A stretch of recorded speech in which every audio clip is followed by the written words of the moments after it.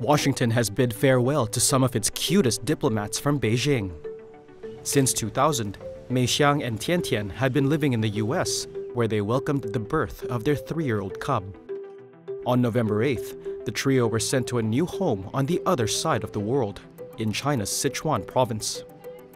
The animals were fluffy gifts from Beijing, provided under a so-called cooperative research program, more commonly known as panda diplomacy.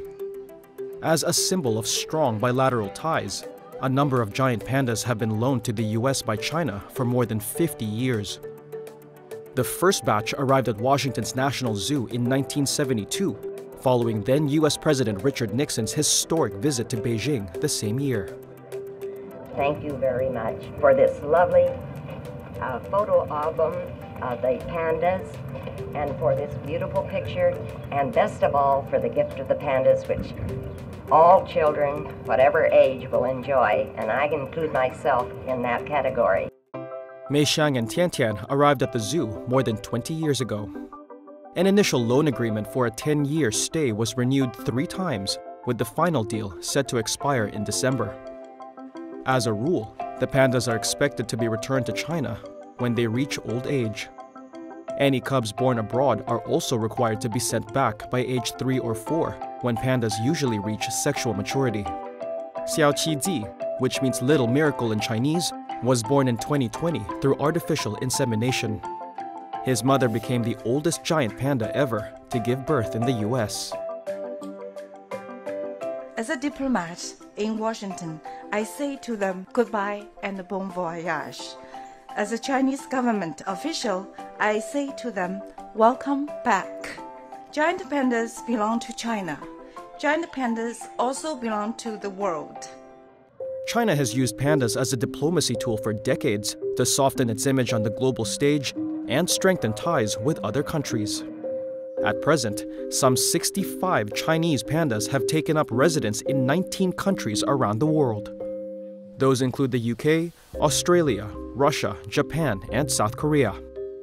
In recent years, as US-China relations have grown increasingly hostile, several US-based pandas have been returned to China.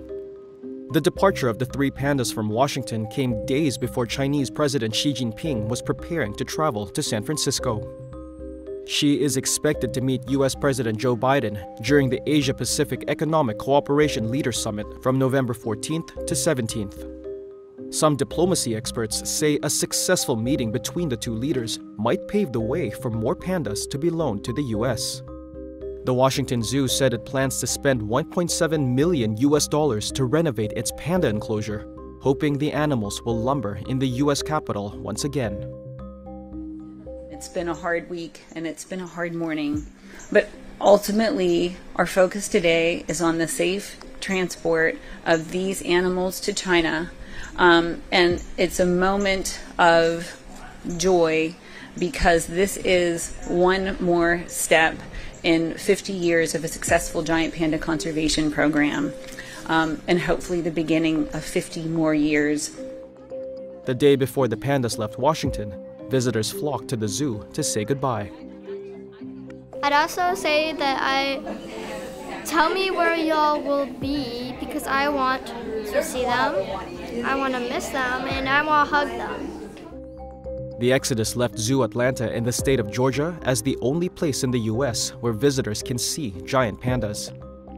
The family of 4 pandas in Atlanta are also scheduled to return to China in 2024.